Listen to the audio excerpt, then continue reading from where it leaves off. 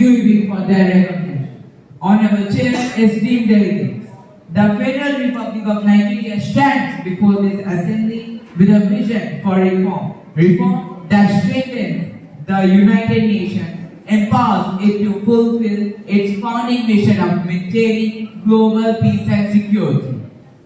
However, we can't turn a blind eye to the misuse of the veto power in the UNSC. The power to veto, held by the P5 members, was intended to safeguard peace. However, it has increasingly become a tool to protect narrow national interests, often at the expense of global security. Nigeria believes that the world security shouldn't rest on the will of 5 nations alone, especially when their conflicting interests prevent decisive action on issues like terrorism, climate change, and armed conflict for countries like Nigeria. This misuse of power results in unnecessary delays in addressing urgent threats and destabilizing entire regions. Our proposed reforms aim to restore fairness. Firstly, Nigeria advocates for a rotating system of permanent members in the Security Council. Thank you, Delegate. With this, we are done with often alongside Russia. How does China defend its position when millions of civilians have been affected by the conflict? Delegate.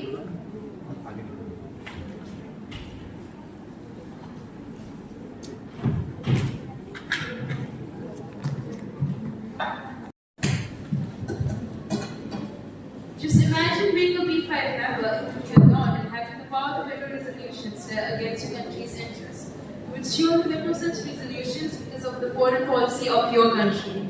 But the motive of creating peace and harmony is not achieved because of this reason alone. The delegation from Singapore firmly believes that the Council should become more transparent and accountable.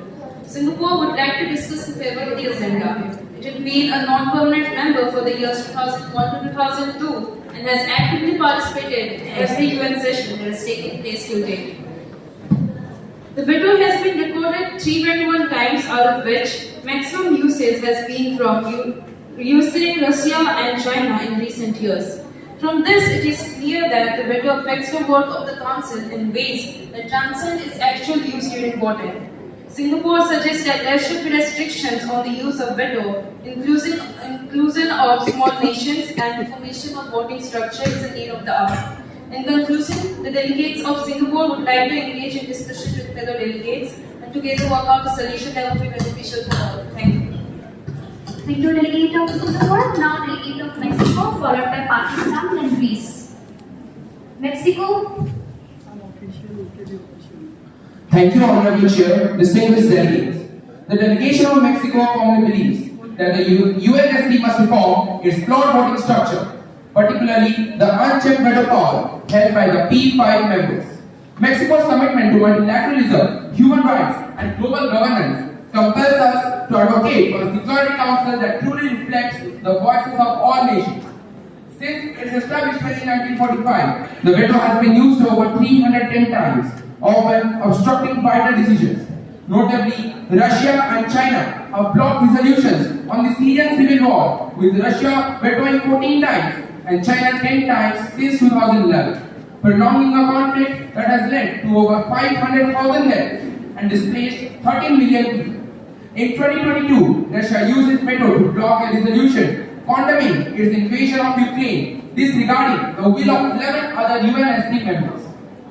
Mexico has long advocated for reform, co-sponsoring the France-Mexico Veto Restraint Initiative in 2013, which has now support from 106 nations. This initiative calls for permanent members to refrain from using their veto in case of mass atrocities. Mexico proposes mandatory veto restraint in humanitarian crisis, public explanations for each veto to increase accountability. Thank you, Delegate. You're out of time. Delegate of Pakistan, followed by Delegate of Greece. Be prepared. Propose a motion to limit video use in case of inadvertent episodes by citing the case of Rohingya Myanmar. My counter question to Bangladesh is how they will address the genocide and persecution of minorities of Bangladesh during the student protest this year, especially about Hindu community. I would definitely like to answer. Delegate. Yes, Delegate. Yes. Yes, I would like to answer telling that the internal dispute in Bangladesh was due to its quota system, which had been implemented during the independence of Bangladesh as a country.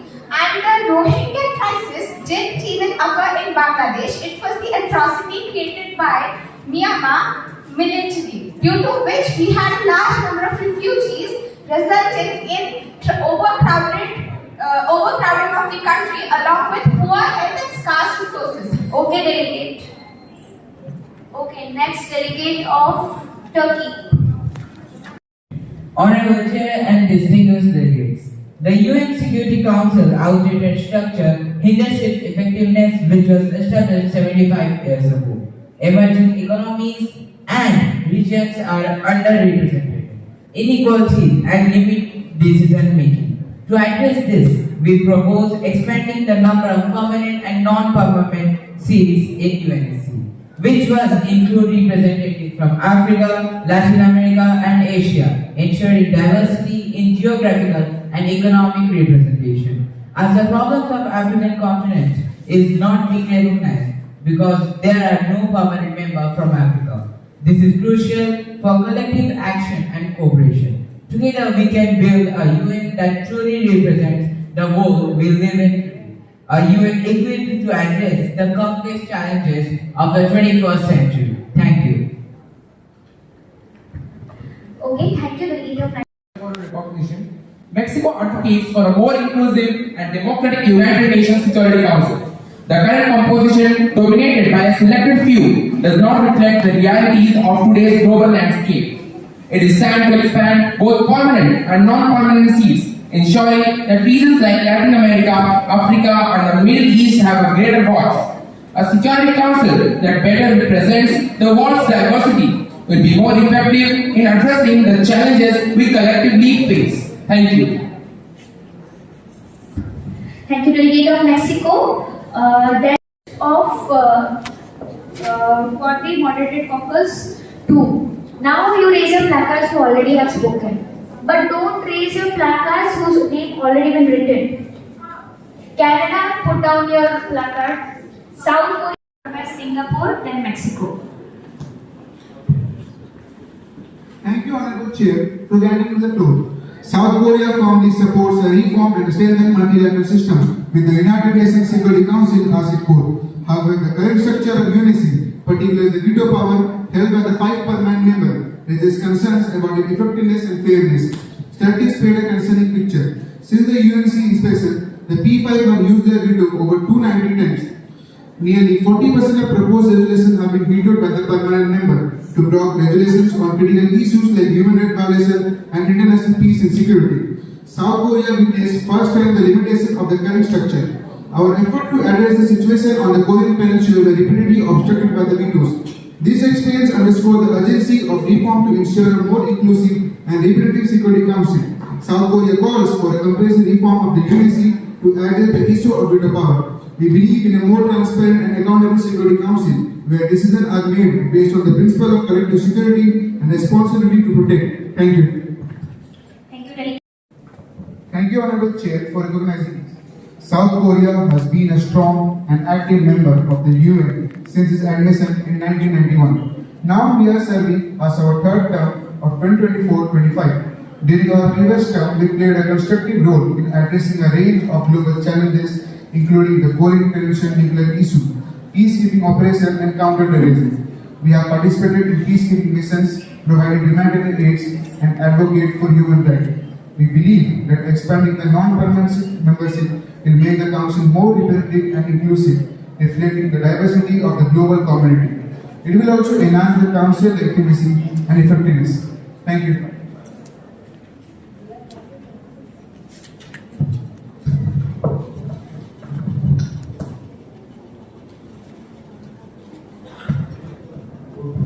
Okay, delegate, thank you. So now we have Egypt. Of Canada, you will be first in the speakers list, okay? Because your motion is done. Okay? Okay. First, delegate of Canada will speak. After that, delegate of South Korea will speak. Then, delegate of Egypt. We will be taking 30 speakers, okay? Then delegate of Israel, please put down your placards where your name has already been taken. Then Portugal. Delegate of Nepal.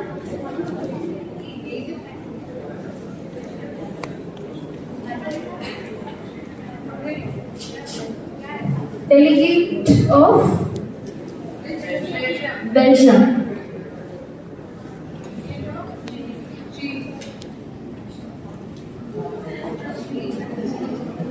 Delegates, raise your placards who have not spoken in the mode of one.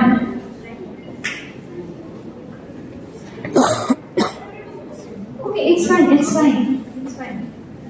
Okay, delegates who already have has long advocated for reforms that will prevent the use of veto in situations involving genocide, war crimes, and crimes against humanity.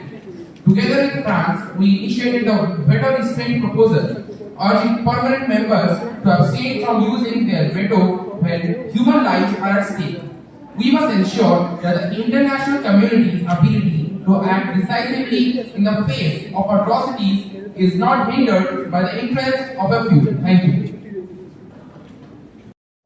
My question to Finland is, if Finland proposals are adopted, what practical steps will be taken to implement these changes within the existing UN framework, and how they will address potential backlash from nations resistant to reform? As we are the members of the international organizations like NODIAC, this things area, and OECD, Organization for Economic Cooperation and Development, will also help the country in the field of economic matters. As you told, your country is the lowest in economic rate. How will you help it? You have told mentioned the GSM. As we are in the 44th rank of economics, so we need some support, and we also retain and also return back the support of the country by giving safe manufacturing facility to their country. But now you told that you will help the other countries by providing economic. Yes, I will give. How you in GSM you have mentioned you are the lowest in economic factor, like 44 you have mentioned.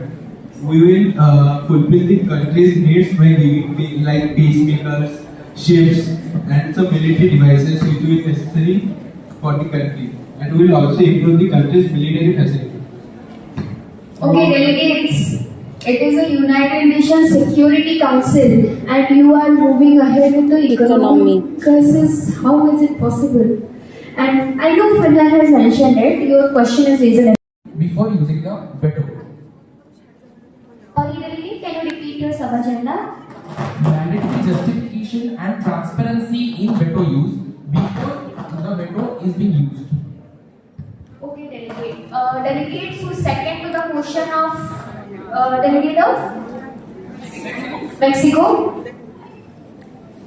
Please raise your placard so that we can come to a conclusion at least.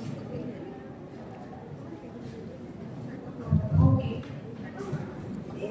Okay, delegate of Mexico, please write your verbatim in a check and give it to the executive board. Delegate of Canada, have you sent your check?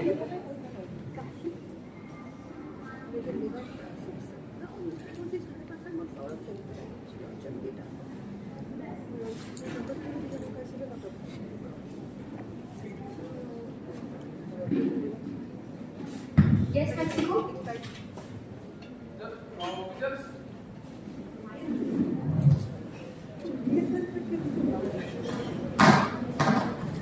I just want to know that we will just write the motion or we will give a proper explanation of it. No explanation. Far too often, the Security Council's veto power has hindered timely action, leaving vulnerable populations to endure prolonged sufferings in conflict zones. While the veto was intended to safeguard against unilateral decisions, its current application sometimes obstructs our shared commitment to protect those in need. Nigeria advocates for setting guidelines that prevents its misuse, especially in urgent humanitarian crises. Together, we can ensure that Security Council serves its mission of global peace and justice. Thank you.